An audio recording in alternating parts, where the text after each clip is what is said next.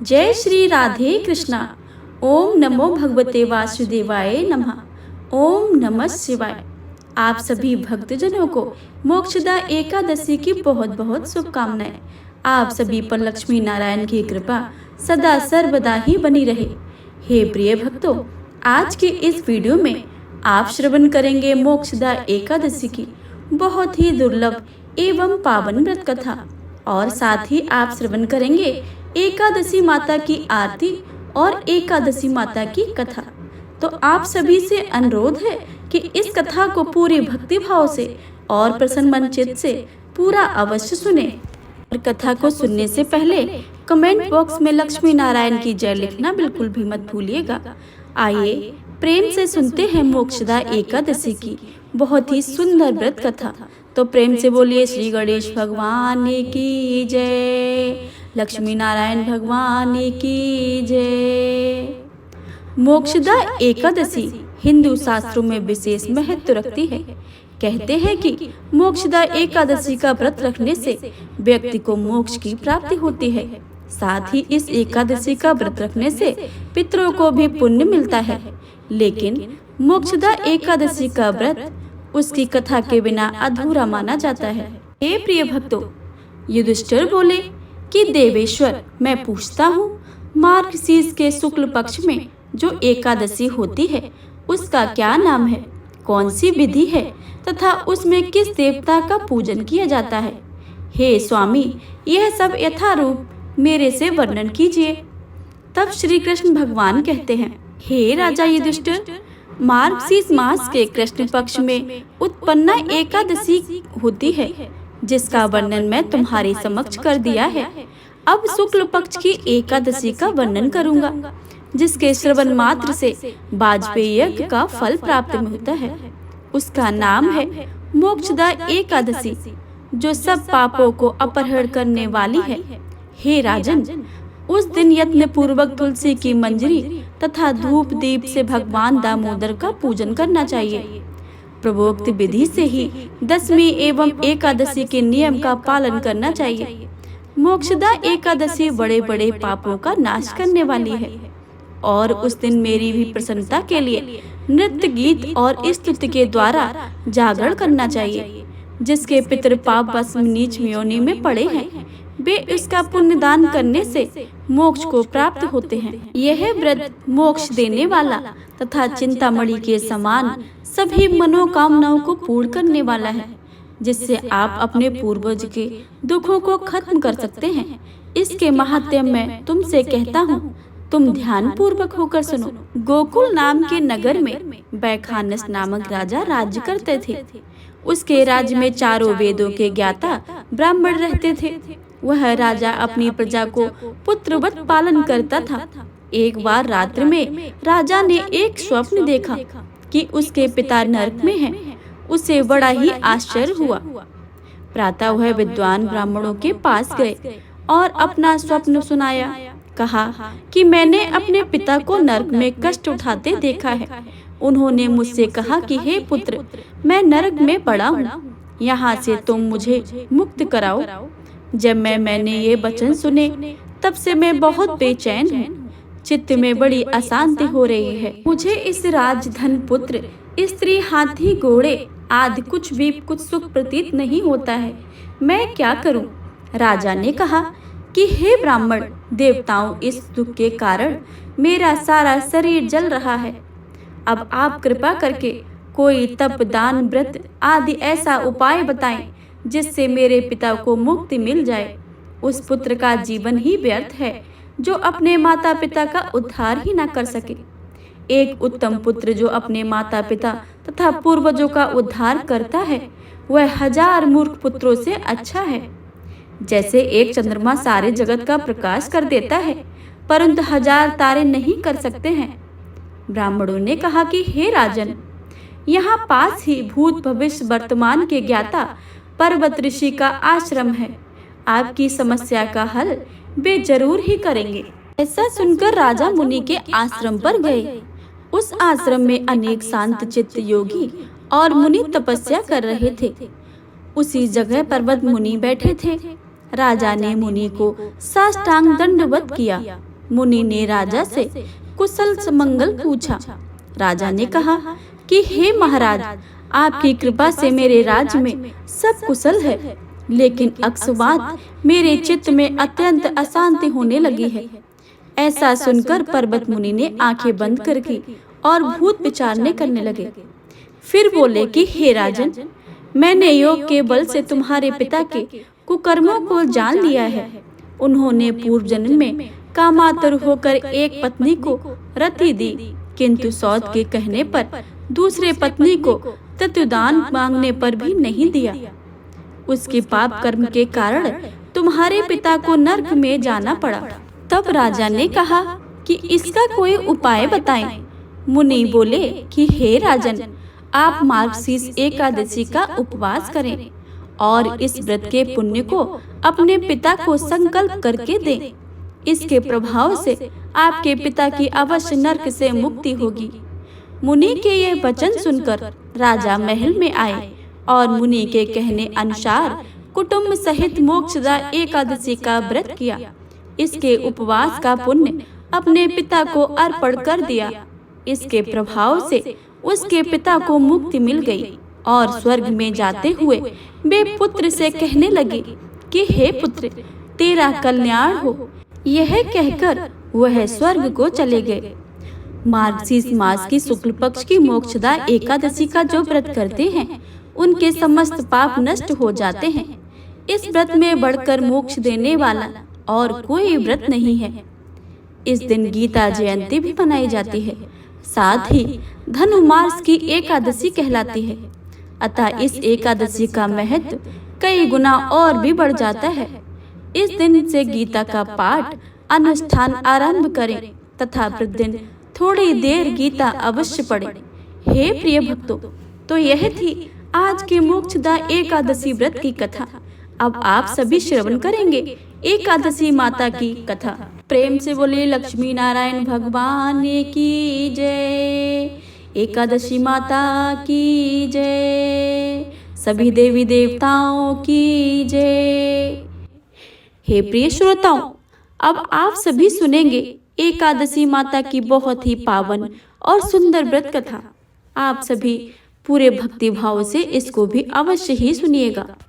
एक समय की बात है, किसी नगर का एक राजा था। उसके 2 बेटियां थीं। छोटी बेटी एकादशी का व्रत किया करती थी, परंतु बड़ी बेटी कोई भी व्रत नहीं करती थी।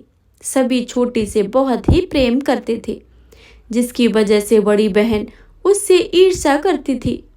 उसने लड्डू में जहर मिलाकर छोटी बेटी को खाने को दिया, परंतु ग्यारस माता की कृपा से उसको कुछ भी नहीं हुआ।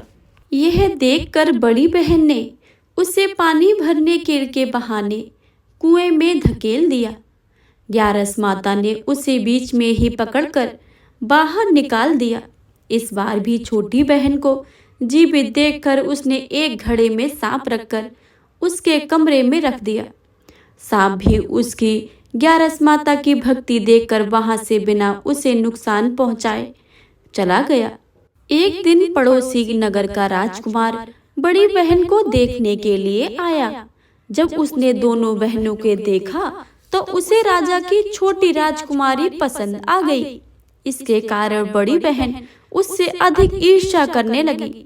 विचार किया कि मैंने मारने के लिए क्या कुछ नहीं किया है, परंतु यह हर बार बच गई है। इस बार कुछ और करना चाहिए। यह सोचकर वह छोटी बहन के पास गई और बोली, बहन, तुम जानती हो हमारी मृत्यु किसी न किसी जगह किसी के द्वारा लिखी होती है। छोटी बहन ने कहा कि यह सच है। बड़ी बहन फिर बोली, तुम्हें तो पता ही होगा कि तुम्हारी मृत्यु किसके द्वारा और कैसे होगी, क्योंकि तुम तो ग्यारस माता की भक्त हो। छोटी बहन भोली थी। उसने बड़ी बहन से कहा, बहन, मेरा जीवन महल में ही जो तोता है, उस तोते के गले में बंधे हार में है। जब कोई तोते को मारकर उस हार को पहन लेगा तो मैं मूर्छित हो जाऊंगी, और जब उतार कर टांग देगा तो मैं जीवित हो जाऊंगी। बड़ी बहन यह सुन तोते को ढूंढने लगी। छोटी बहन अपने पिता के पास गई और बोली, पिताजी, यदि किसी कारणवश मुझे कुछ हो जाए तो मुझे जलाना नहीं, बल्कि हमारे महल के पास में ही एक महल जो पुराना है वहां सुला देना। यदि कोई पूछे तो बता देना कि मैं मूर्छित हो गई हूँ। ठीक होने से समय लगेगा। राजा ने कहा, बेटी, ऐसी अशुभ बातें मत करो। कल तो तुम्हारी बारात आने वाली है। अगले दिन बारात आई। फेरे शुरू हुए। 3 फेरे पूरे हुए। चौथे फेरे में बड़ी बहन ने उस तोते को ढूंढ लिया था और उसे मारकर हार अपने गले में पहन लिया। हार पहनते ही छोटी बेटी मूर्छित हो गई। राजा ने भी अपनी बेटी के कहे अनुसार उसे अपने पुराने महल में सुला दिया और एक पहरेदार बैठाकर उसे कहा कि बिना मेरी अनुमति के कोई महल में न जाए।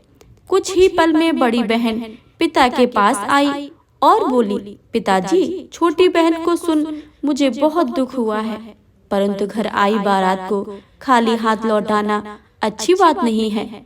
आप चाहें तो मेरी शादी राजकुमार से करवा दें। ईश्वर की इच्छा के आगे हमारा कोई वश नहीं होता है। राजा को बड़ी बेटी की बात उचित लगी और बड़ी बेटी को छोटी के वस्त्र पहनाकर फेरों में बिठा दिया। राजकुमार ने देखकर कहा, यह मेरी दुल्हन नहीं है, मैं कैसे विवाह कर सकता हूँ, क्योंकि यह मुझे नहीं है जिसके मेरे साथ 3.5 फेरे हुए हैं। जब वह बोलती तो मुझे मुख में फूल झड़ते। सभी के समझाने पर राजकुमार ने विवाह के लिए हाँ कर दिया और बड़ी बेटी का विवाह राजकुमार के साथ हो गया। विदाई के बाद जब सभी बहू को लेकर अपने महल आए, वहां बहू की अच्छी प्रकार से स्वागत किया, लेकिन राजकुमार ने उसे बात तक नहीं की और न ही उसके हाथ का पानी तक पिया। उसके हाथ से बना भोजन भी नहीं खाया। राजकुमार ने मन में विचार किया, आखिर मेरी पत्नी के साथ ऐसा क्या हुआ है, इसका मैं पता लगाकर ही रहूंगा।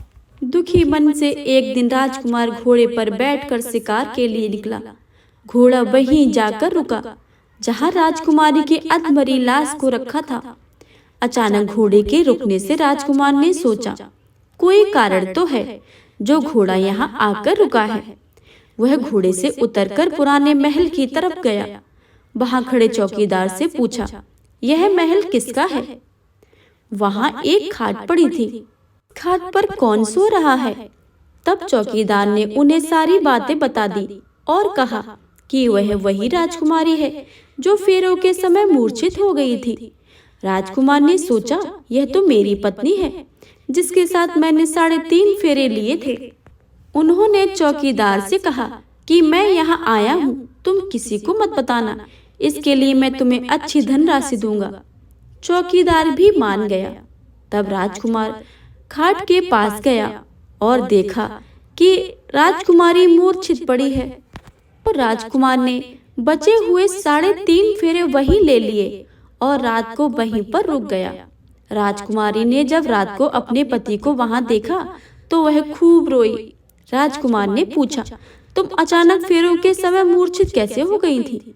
तुम्हारे पिता ने मेरी शादी तुम्हारी बड़ी बहन से करवा दी, जबकि मैंने तुम्हारी बड़ी बहन को स्वीकार ही नहीं किया है।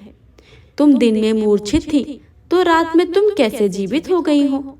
और कौन सा राज है, मुझे बताओ। राजकुमारी ने तोते और हार की सारी बात अपने पति को बताई और यह भी बताया कि मैंने यह बात केवल मेरी बड़ी बहन को बताई थी। यह सब उसने किया है क्योंकि यह मुझे बहुत ईर्ष्या करती है। उसने मुझे कई बार मारने को भी चाहा, परंतु एकादशी माता की कृपा से मैं हमेशा ही सुरक्षित रही हूँ। मेरी बहन दिन में हार पहनकर रखती है, तब मैं मूर्छित रहती हूँ। रात को हार उतारकर सोती है तो मैं जीवित हो जाती हूँ। यदि वह हार मुझे वापस मिल जाए तो मैं हमेशा के लिए जीवित हो जाऊंगी। ऐसा भी होती है, बड़ी बहन भी ऐसी होती हैं। इस प्रकार राजकुमार ने सोचा। अब वह राजकुमारी के साथ दिन रात बिताने लगा। बड़ी बहन ने पता लगाना चाहा कि आखिर राजकुमार रात दिन कहाँ रहते हैं, परंतु पता नहीं लगा सकी। एक दिन छोटी रानी गर्भ से हो गई। वह राजकुमार से बोली, मुझे चाहे बेटा हो या बेटी हो, रात में ही हो तो अच्छा है, क्योंकि दिन में मैं मूर्छित रहती हूँ। एक दिन राजकुमार को किसी काम के लिए बाहर जाना पड़ा। उस दिन रानी को प्रसव हो गया। वह ग्यारस माता को याद करती। ग्यारस माता आकर स्वयं उसका प्रसव करवाती। उसके एक सुंदर पुत्र का जन्म होता है। तभी वहां राजकुमार वापस आ जाता है। वह भी ग्यारस माता के दर्शन कर लेते हैं। ग्यारस माता कहती हैं कि यह मेरी परम भक्त है। जब तुम्हारा बेटा 5 वर्ष का हो जाए तो जब हार लाकर अपनी पत्नी को पहना देना। देखते ही देखते छोटा राजकुमार 5 वर्ष का हो गया। राजकुमार युवराज से कहते हैं, बेटा मैं एक काम पूरा करके आता हूँ, तब तक तुम अपनी माँ के साथ खाट के पास ही रहना। बड़ी रानी युवराज का पता लगा लेती है और उसको उठवाकर उसके टुकड़े करवा देती है। एक टुकड़ा चक्की के नीचे तथा दूसरा टुकड़ा पलंग के नीचे रख देती है। छोटी रानी को जब यह पता चलता है तो वह ग्यारस माता को याद करती है। ग्यारस माता उसकी पुकार सुनकर बड़ी रानी के पास भिक्षा लेने जाती हैं। बड़ी रानी दासी के साथ भिक्षा भिजवाती है। ग्यारस माता भिक्षा लेने से इनकार कर देती हैं और कहती हैं, तुम्हारी रानी के हाथ से ही भिक्षा लूंगी। तब बड़ी रानी भिक्षा देने के लिए बाहर आती हैं। तो ग्यारस माता बिल्ली का रूप धरकर अंदर जाकर बच्चे के दोनों टुकड़ों को जोड़कर उसके प्राण फूंक देती हैं। बच्चा जीवित हो जाता है। वह बच्चे को लेकर चली आती हैं। फिर राजकुमार अपने बेटे को लेकर अपने महल जाते हैं। बड़ी रानी से कहते हैं, रानी यह बच्चा मेरे दूसरे रिश्तेदार का है। यदि तुम इसे प्यार से रखोगी तो हो सकता है मेरे दिल पर तुम पर आ जाए। तब वह बड़ी रानी उसे बड़े प्यार से रखती है। एक दिन राजकुमार अपने बेटे से कहता है कि बेटा तुम अपनी मौसी से हार मांग लो, हम यह हार तुम्हारी माँ को पहना देंगे। बच्चा जब हार मांगता है तो रानी को याद आता है कि उसके पति ने कहा था कि मैं बच्चे को प्यार से रखूंगी तो वो मेरे हो जाएंगे। यही विचार करके वह हार बच्चे को दे देती है। राजकुमार कहते हैं कि रानी आज तुम हमारे हाथों से बना हुआ खाना खाएंगे। तुम खाना बनाओगे तब तक हम आते हैं। रानी बहुत खुश होकर खाना बनाती है। राजकुमार अपने बेटे को लेकर छोटी रानी के पास जाते हैं और वह हार उसे पहना देते हैं। छोटी रानी जीवित हो जाती है। राजकुमार छोटी रानी व युवराज को लेकर अपने महल जाते हैं और बड़ी रानी को उसके पिता के पास ले जाते हैं और उन्हें सारी बातें बताते हैं। राजा यह बात सुनकर बड़े ही दुखी होते हैं और अपनी बेटी की वजह से बहुत ही शर्मिंदा होते हैं। ग्यारस माता की कृपा से छोटी रानी का घर संसार खुशियों से भर जाता है। तो प्रेम से बोलिए, ग्यारस माता की जय। ग्यारस माता, जैसे आपने छोटी राजकुमारी पर कृपा की है, वैसे ही कृपा अपने सभी भक्तों पर बनाए रखना। बोलिए ग्यारस माता की जय। प्रिय श्रोताओं, अब आप सभी श्रवण करिए ग्यारस माता की आरती। ओम जय एकादशी माता मैया, जय एकादशी माता। विष्णु पूजा व्रत को धारण कर शक्ति मुक्ति पाता। ओम जय एकादशी माता, तेरे नाम गिनाऊं देवी, भक्ति प्रदान करनी। गढ़ गौरव की देनी माता, शास्त्रों में वरनी। ओम जय एकादशी माता। मार्गशीर्ष में कृष्ण पक्ष की उत्पन्ना विश्वतारिणी जन्मी। शुक्ल पक्ष में होए मोक्षदा, मुक्तिदाता बन आई। ओम जय एकादशी माता। पौष के कृष्ण पक्ष की सफला नाम के है। शुक्ल पक्ष में होए पुत्रदा, आनंद अधिक रहे। ओम जय एकादशी माता। नाम 60 तिला माघ मास में कृष्ण पक्ष आवे, शुक्ल पक्ष में जया कहावे, विजय सदा पावे। ओम जय एकादशी माता। विजया फागुन कृष्ण पक्ष में, शुक्ला आमल की, पाप मोचनी कृष्ण पक्ष में, चैत्र महाबल की। ओम जय एकादशी माता। चैत्र शुक्ल में नाम कामदा, धन देने वाली, नाम बरुथनी कृष्ण पक्ष में, वैशाख महावाली। ओम जय एकादशी माता।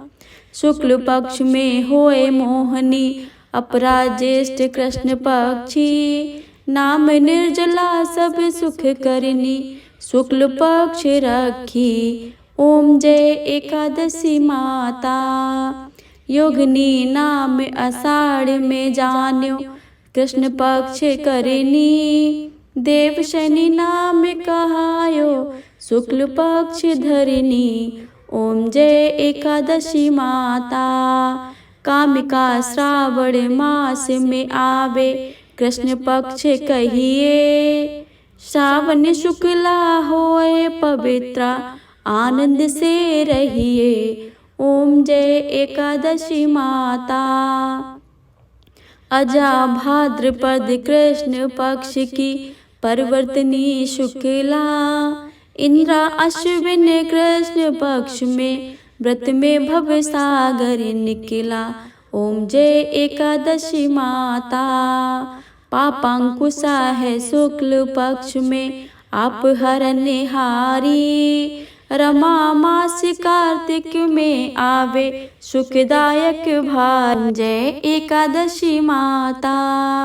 देव्योत्थानी शुक्ल पक्ष की, दुखनाशक मैया, पावन मास में करूं विनती, पार करो नैया। ओम जय एकादशी माता।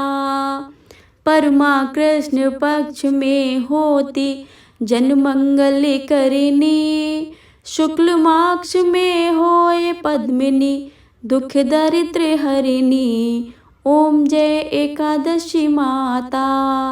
जो कोई आरती एकादशी की, भक्ति सहित गावे, जन गुरुदिता स्वर्ग का वासा, निश्चय वह पावे। ओम जय एकादशी माता। ओम जय एकादशी माता। मैया जय एकादशी माता।